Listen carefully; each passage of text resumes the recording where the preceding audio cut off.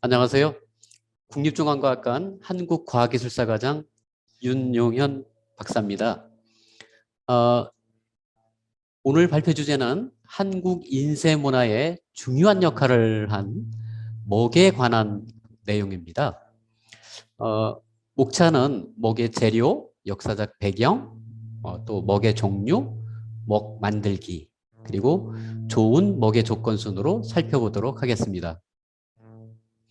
먼저 먹은 글씨를 쓸 때 사용하는 서사 용구이면서 문방사후의 하나가 되죠.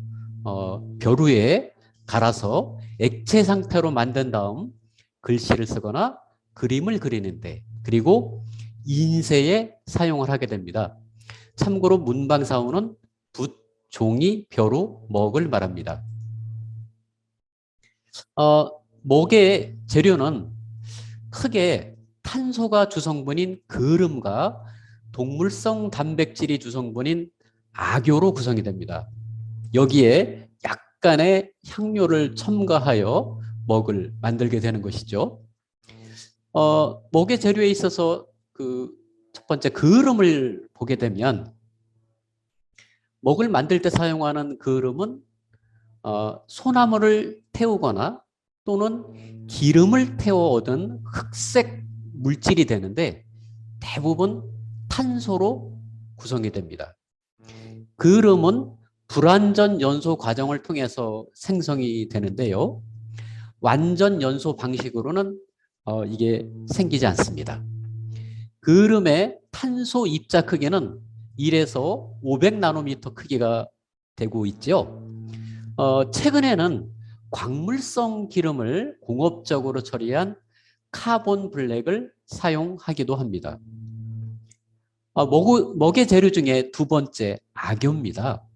악효는 동물의 가죽이나 뼈에서 추출한 동물성 단백질로 주성분은 콜라겐입니다. 먹은 거름을 물에 용해하여 종이나 천에 고착시켜 사용을 하게 되는데, 거름은 물에 녹지 않습니다. 그렇기 때문에 접착체 역할을 하는 것이 필요한데, 바로 악효가 그런 역할을 하는 것이죠. 말하자면 거름의 입자는 악효의 입자에 이렇게 쌓인 형태로 검은 물감이 되는 것입니다. 먹이 재료 중에 세 번째는 향료가 됩니다. 먹의 품질을 좋게 만들기 위해 다양한 약재와 향료를 첨가하지요. 특히 동물성 단백질인 악효의 경우에는 특유한 냄새가 나고, 잘못 만들어질 경우에는 품질이 좋지 않게 됩니다. 그래서 이를 방지하기 위해서 향료를 첨가하게 되는 것이죠. 향료에는 사향, 용내, 장내 등이 사용이 됩니다. 사향은 잘 아시죠? 사향 노루의 생식기에 딸려있는 향낭 속에서 채취한 향료인데, 보통 우리가 머스크라고 이렇게 표현을 하죠. 용내는 인도에서 주로 잘 자라는 용내나무라는 것이 있습니다. 그 수지를 증류해서 얻은 백색의 그런 결정이 되는데, 향료와 약재로도 사용이 됩니다. 장내는 농나무로 만든 결정으로 물파스나 방충제에 사용이 되는데, 그 시원한 향 아시죠? 바로 그것이 이것입니다. 네 번째, 약재입니다. 약재는 먹의 수명을 길게 만들고 악효의 점성을 오래 유지시키는 그런 역할을 합니다. 예를 들어서 생칠은 먹을 단단하게 유지시키는 역할을 하고요. 물풀의 나무 껍질즙은 먹빛을 검게 해줍니다. 또한 황병나무는 쓴맛이 있습니다. 그러다 보니 벌레를 쫓는 그런 방충작용을 하게 되는 것입니다. 그럼 이러한 먹에 대한 한국의 역사적인 배경을 살펴볼 필요가 있습니다. 한국에서는 기원전 1, 2세기에 먹을 생산했을 것으로 추정해 볼 수 있는 그런 유물들이 발견이 됐습니다. 창원 다울이라는 유적에서는 붓이 출토가 됐고요. 평양 서감리에서는 벼루가 출토가 됐고 평양 도제리에서는 연적이 출토가 됐습니다. 그래서 적어도 우리나라에서는 기원전 1, 2세기에 이런 먹을 생산해서 사용했을 것으로 우리는 추정해 볼 수가 있습니다.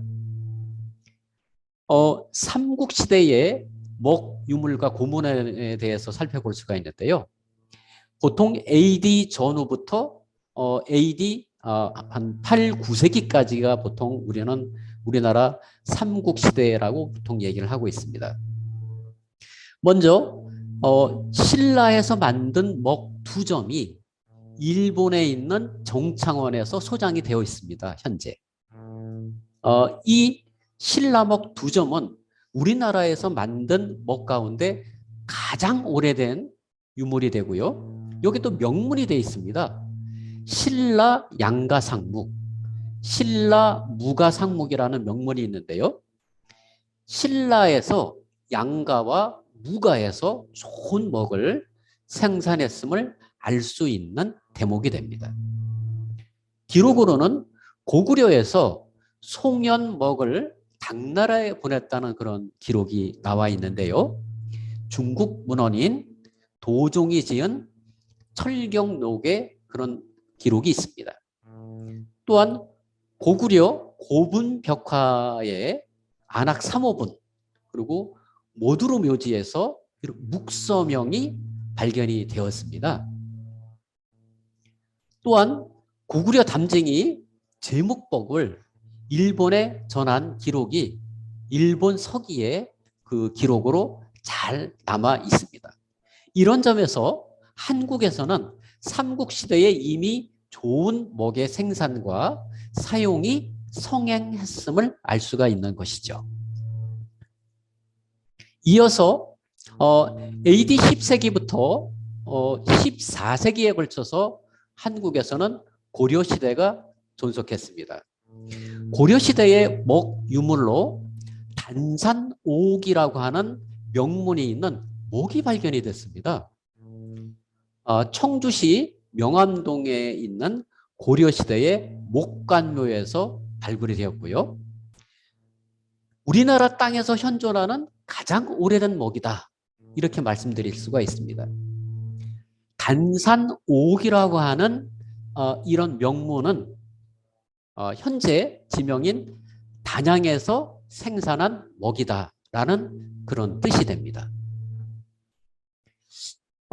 우리나라 조선시대 때 세종실록 지리지와 신증 동국 여지승남에 보면 먹 품질이 가장 좋은데 단산옥이라고 한다라는 그런 기록이 있습니다. 단산은 현재 지명으로 단양이 되는 것이죠. 그래서 단양의 먹이 명성이 상당히 높았음을 알 수가 있습니다. 또한 출토지 및 제작 장소가 아주 명확하기 때문에 고려시대 먹에 대한 제작 기술에 아주 중요한 그런 가치를 지니고 있는 유물이 됩니다. 이어서 AD 14세기부터 20세기까지 조선시대가 한국에서 존속했습니다. 조선시대의 먹과 관련된 그런 기록을 보게 되면 조선시대 오숙권이 지은 폐관잡기, 서명흥이 지은 고사신서, 또 좀 전에 살펴본 세종실록 지리지, 신증동국 여지승남, 그리고 특히 조선시대의 홍만선이 지은 산림경제에 보면 기름으로 만든 유연먹, 소나무 그을음으로 만든 송연먹에 대한 제조법을 비교적 상세히 잘 기록을 하고 있습니다. 그래서 우리나라 먹 제조 기술을 이해하는 데 아주 큰 도움을 주고 있습니다. 네 번째, 먹의 종류에 대해서 살펴보겠습니다. 먼저 재료에 의해서 종류를 해보면 크게 송연먹, 유연먹 등으로 우리가 나눠볼 수가 있는데요. 먼저 송연먹이라고 하는 것은 소나무 송진을 뺀 소나무를 태워서 얻은 그름에 악교를 섞고 또 향료를 첨가해서 덩어리로 반죽을 합니다. 이런 반죽한 것을 틀에 찍어내어 만든 먹을 바로 송연먹이라고 하는데요. 우리나라에서는 목판 인쇄라든가 서예에 주로 사용을 했습니다. 또 하나 유연먹이라고 있습니다. 오동나무, 피마자, 유채, 아마, 콩 등에서 얻은 식물성 기름을 태워서 그름을 얻게 되고요. 여기에 악교 그리고 향료를 첨가해서 덩어리를 갖다가 반죽을 하고 틀에 찍어내어 만든 먹을 유연먹이라고 합니다. 우리나라에서는 금속 활자 인쇄 그리고 서화에 주로 사용을 했습니다. 먼저 그러면 송연목의 가장 중요한 게 소나무 그름 채취입니다. 그럼 이런 그 소나무 그름을 채취하기 위해서는 어떤 소나무를 사용했냐면 소나무 중 가장 좋은 것은 물이 많지 않은 척박한 환경에서 자란 그런 소나무를 제일로 쳤습니다. 왜냐하면 송진이 적기 때문이죠. 이런 그름을 만들기 위해서는 가마를 터널 형태의 가마를 만들게 되는데 이런 그 가마에 아궁이에 소나무를 넣고 태우기 전에 반드시 송진을 어느 정도 제거를 하고 나서 불에 지피게 됩니다. 만약에 송진이 좀 많이 남아있게 되면 먹을 만든 후에 송진이 굳어서 먹물이 잘 분산되지 않는 그런 단점을 갖게 됩니다. 그래서 보통 우리는 30년 이상 된 죽은 노송, 이런 죽은 노송은 소나무 겉에 흐르는 송진이 거의 없어지고 나무 속의 송진이 바짝 말라서 굳은 그런 관솔이 그 뿌리 부분에 많이 이렇게 생기게 됩니다. 이런 관솔을 태웠을 때 소나무 그름을 얻을 수가 있는 것입니다. 소나무 그름은 이 먹빛이 검은색에서 푸른 청색을 띠게 됩니다. 그래서 푸를 청자를 써서 청먹이라고 보통 우리는 부르고 있습니다. 유연먹에 비해서 탄소 입자가 크고 불순물이 많은데요. 그 원인은 그름을 채취하는 방법이 유연에 비해서 좀 불안정한 것도 있고요. 또 하나는 소나무 원료 자체에 불순물이 있기 때문에 태우는 과정에서 그름과 불순물이 섞이게 되기 때문에 그렇습니다. 그래서 순수한 그름만 얻기는 좀 어렵습니다. 소나무 그름의 입자의 크기는 제각각인데요. 불을 지피는 아궁이에부터 어느 거리에 있느냐에 따라서 품질이 달라집니다. 앞쪽에 있는 것은 입자가 크고 뒤에 있는 것은 입자가 작기 때문에 보통 뒤에 있는 것을 상품으로 보통 칩니다. 나무에 먹이 올라가는 물리적 결합만 하는 그런 성질 때문에 금속 활자보다는 목판 인쇄의 송연목이 적합합니다. 서예를 할 때도 이 번짐이 적어야 되거든요. 서예는 글씨를 쓸 때. 그렇기 때문에 송연목을 주로 사용하고 있습니다. 재료에 의한 두 번째 유연목의 그름은 어떻게 만들까? 유연목의 그름은 오동나무, 피마자, 유채, 아마, 콩 등의 그런 식물성 기름과 돼지기름 같은 동물성 그름으로 만들게 됩니다. 먼저 그 오동나무 기름은 그 그름으로 먹을 만들게 되면 먹빛이 진하고 광택이 우수하고 또 고급 흑색으로 가장 균형감 있는 색을 얻을 수가 있습니다. 오동나무 기름의 그름이 그렇다는 거죠. 유채기름으로 만든 먹은 보랏빛이 감도는 깊은 흑색을 띱니다. 그 광택은 오동나무로 기름으로 만든 먹에 비해서는 약하지만 서예 용도로도 사용을 하고 있습니다. 삼김으로 만든 먹은 입자가 가장 작고 연한 보랏빛을 띠기 때문에 이런 서화라든가 금속 활자 인쇄 등에 사용을 하고 있습니다. 유연목은 입자가 미세하고 고르며 순도가 높습니다. 송연목에 비해서 입자가 작고 불순물이 적기 때문에 빛이 반사가 커서 광택이 나는 그런 특징이 있고요. 또한 송연목에 비해서 악유절 성분이 많이 들어가 있습니다. 입자가 곱다 보니까. 그래서 갈면 갈수록 광택이 납니다. 그렇기 때문에 금속 활자 인쇄 그리고 해화에 아주 적합합니다. 재료에 의한 기타로는 송연과 유연을 혼합해서 만든 유송목이라는 것이고요. 오칠에 사용되는 그 옷을 얘기하는 것인데요. 그 옷을 태워 얻은 그음으로 만든 칠연목이라는 것이 있습니다. 목의 종류에서 목의 질에 의한 종류로도 구분이 가능합니다. 목의 제조에 사용하는 그름의 좋고 나쁨은 목색의 우열에 직접적인 그런 영향을 미치게 됩니다. 그래서 목의 질은 바로 아궁이에 있는 불에서부터 멀고 가까운 것에 의해서 보통 결정이 됩니다.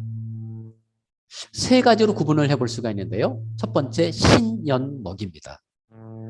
불과 가장 가까운 곳에서 형성된 그음으로 만든 먹으로 입자가 비교적 크죠. 그래서 이거는 보통 하품으로 칩니다. 두 번째 항연목이라고 했습니다. 가마의 중간에 생긴 그음으로 만든 먹이 되죠. 그래서 중간 정도 크기의 입자를 갖게 됩니다. 보통 중품으로 분류를 합니다. 세 번째, 상연목이 있습니다.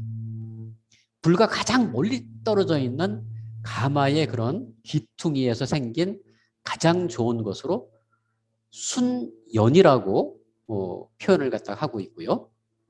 또는 두연, 정연이라는 그 표현으로도 우리가 사용하고 있는데 가장 질이 좋다고 해서 상품으로 여기고 있습니다. 그러면 이제 한번 먹을 만들어 봐야 될 것 같습니다. 먹을 만드는 그런 재현은 크게 소나무를 태워 그름으로 만든 송연목과 기름을 태워 그름으로 만든 유연목 이 두 가지를 중심으로 한번 먹을 만들어 보도록 하겠습니다. 먹 제조 과정은 크게 5가지 단계로 분류를 해볼 수가 있는데요. 첫 번째는 그름 만들기입니다. 그름을 만들기. 두 번째는 만들어진 그름에 악효, 향료, 약재 등을 넣어서 반죽하는 단계입니다.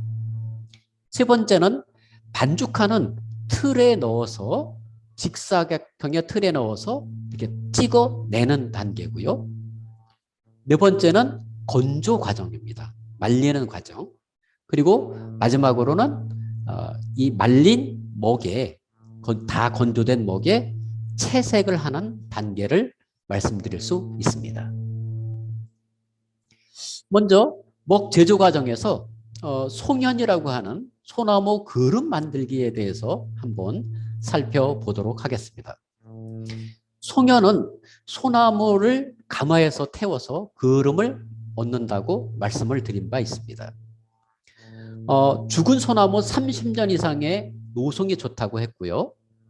송진을 모두 유출시켜서 건조를 잘 시켜야지 좋습니다. 송진이 충분히 유출이 되고 나면 소나무를 장작 크기로 잘게 잘라서 아궁이 속에 넣고 태웁니다. 아궁이는 장지로 이렇게 어느 정도 막아서 공기가 잘 통하지 않게 하거나 또는 아궁이의 겉표면에 물을 막 뿌려주게 됩니다. 그러면 저온이 되죠. 그에 따라서 불완전 연소가 일어나게 되는 것입니다.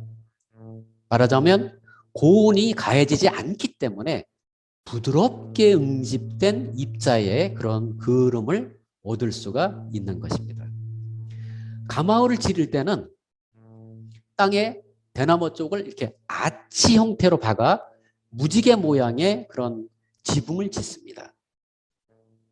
그리고 그 지붕에는 종이와 돗자리를 풀로 안팎에서 이렇게 발라서 이음새가 없게끔 단단하게 이렇게 밀봉을 시키는 것이죠. 소나무는 약 400kg을 태우게 되면 10kg 정도의 그름을 얻을 수가 있습니다. 한 10일 정도의 기간이 좀 필요하고요. 비가 오지 않는 갈수기에 작업을 해야 되기 때문에 빗물에 그름이 씻겨나가지 않게 됩니다. 11일 정도가 지나고 나면 하루 정도 가마를 시키게 되는데요. 그 이유는 일산화탄소 중독을 피하는 것도 있지만 그 터널형의 체연실의 공기 중에 떠다니는 것이 그런 그름 입자가 다 벽에 붙거나 떨어지게 돼서 많은 양의 그름을 얻기 위한 방법이 됩니다. 목 제조 과정에 기름으로 그름 만들기입니다. 이건 많은 유연의 재료가 되는 것이죠.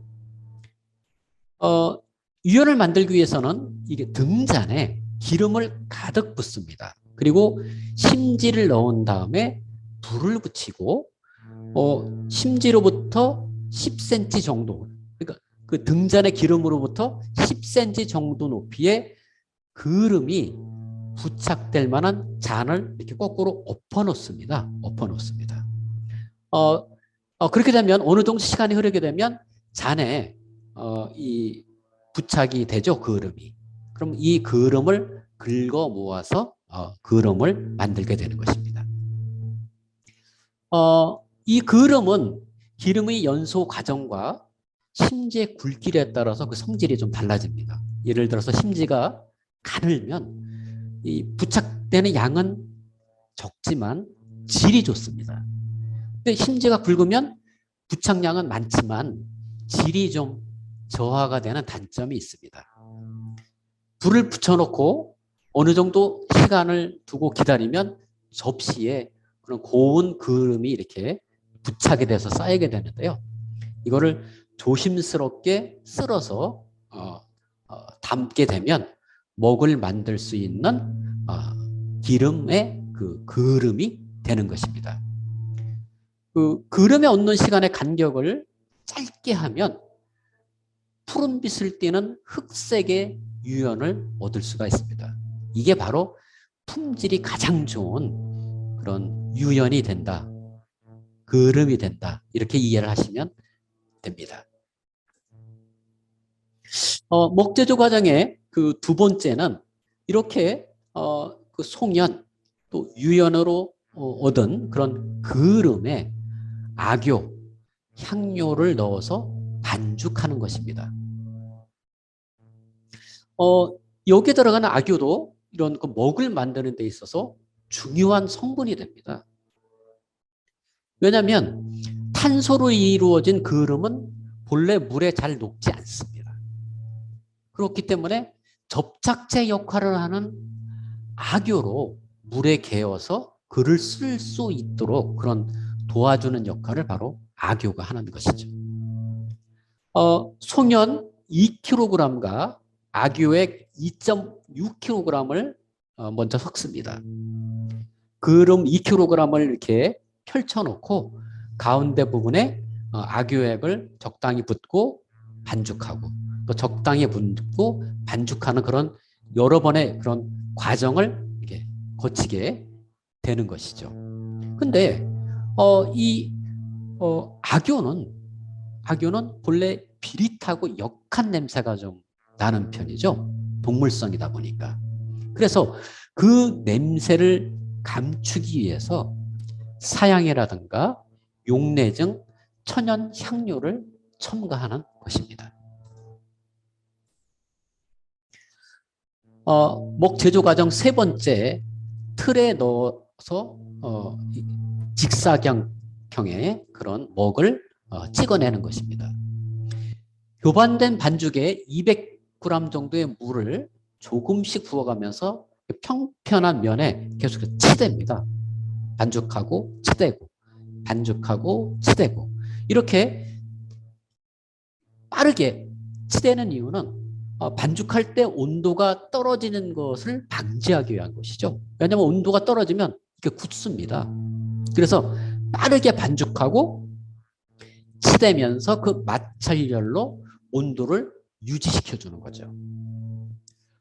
악교와 그름이 골고루 섞이게 되면 그름의 그런 응집이라든가 악교 뭉집이 없습니다.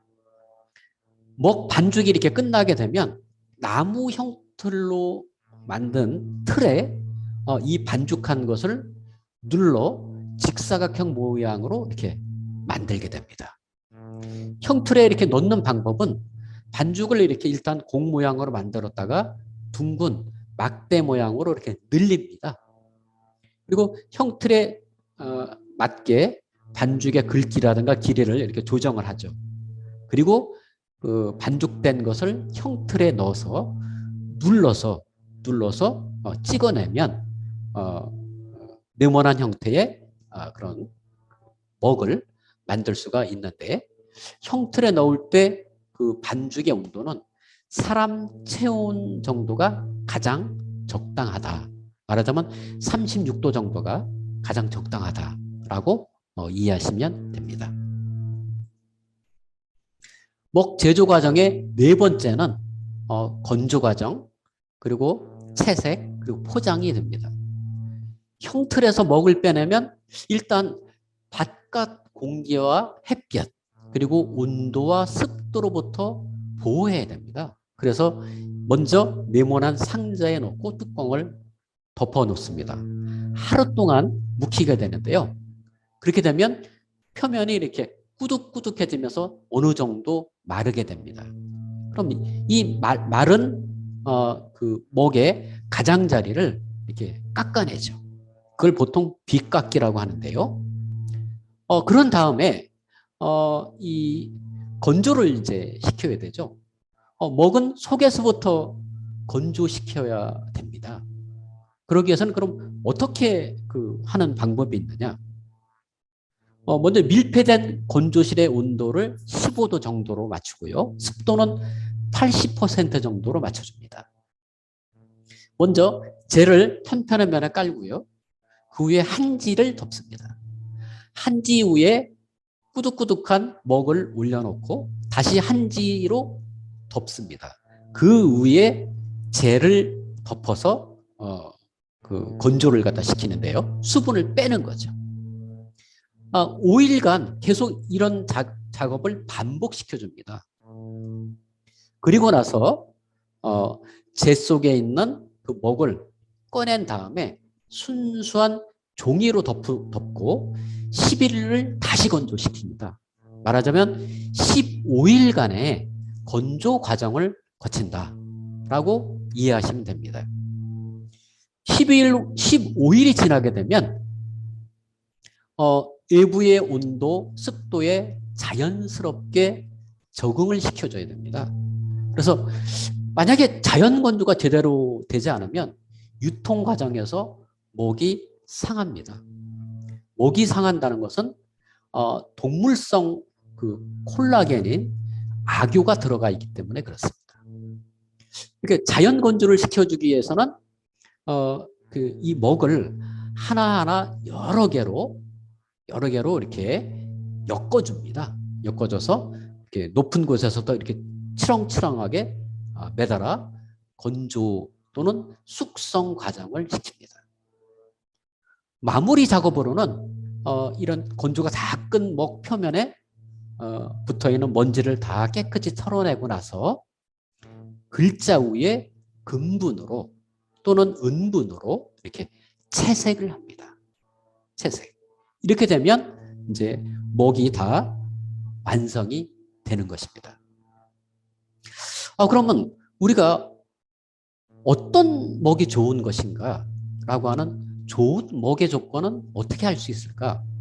좋은 먹은 보통 손으로 들었을 때 느끼는 촉감과 무게, 또 눈에 보이는 그런 형태, 또 냄새에 의한 향료, 그리고 두드렸을 때의 소리로 보통 판별을 합니다.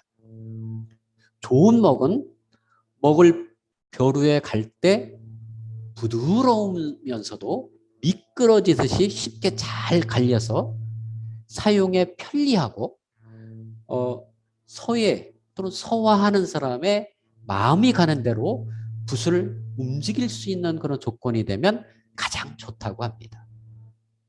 그리고 무엇보다도 농담이 좋으면 가장 좋은 먹이다. 이렇게 보통 우리는 표현을 하고 있습니다. 결론적으로 오늘 그 한국의 그 문방 사후 중에 하나인 먹에 대해서 살펴봤습니다. 우리나라에서는 두 가지의 먹을 주로 만들어 사용했는데요. 하나는 소나무를 태워 얻은 그름을 아귀와 섞고 향을 첨가해서 만든 먹, 보통 그래서 송연먹이라고 하는데요. 이런 송연먹은 목판 인쇄에 많이 사용을 했고요. 글씨를 쓰는 서예에 사용을 했습니다. 왜냐하면 번짐이 적기 때문에 그렇죠. 두 번째, 유연먹이 있습니다. 유연먹은 식물성 기름을 태워서 얻은 그름에 악효를 섞고 향을 첨가해서 만든 먹을 말하는 것으로 보통 송연먹에 비해서 입자가 작고 불순물이 적습니다. 그리고 이 번지기 효과가 아주 좋죠. 그래서 그림을 그리는 서화라든가 우리나라에서는 금속 활자 발명국으로서 고려시대부터 이 금속 활자 인쇄에 이런 유연먹을 사용을 하였습니다.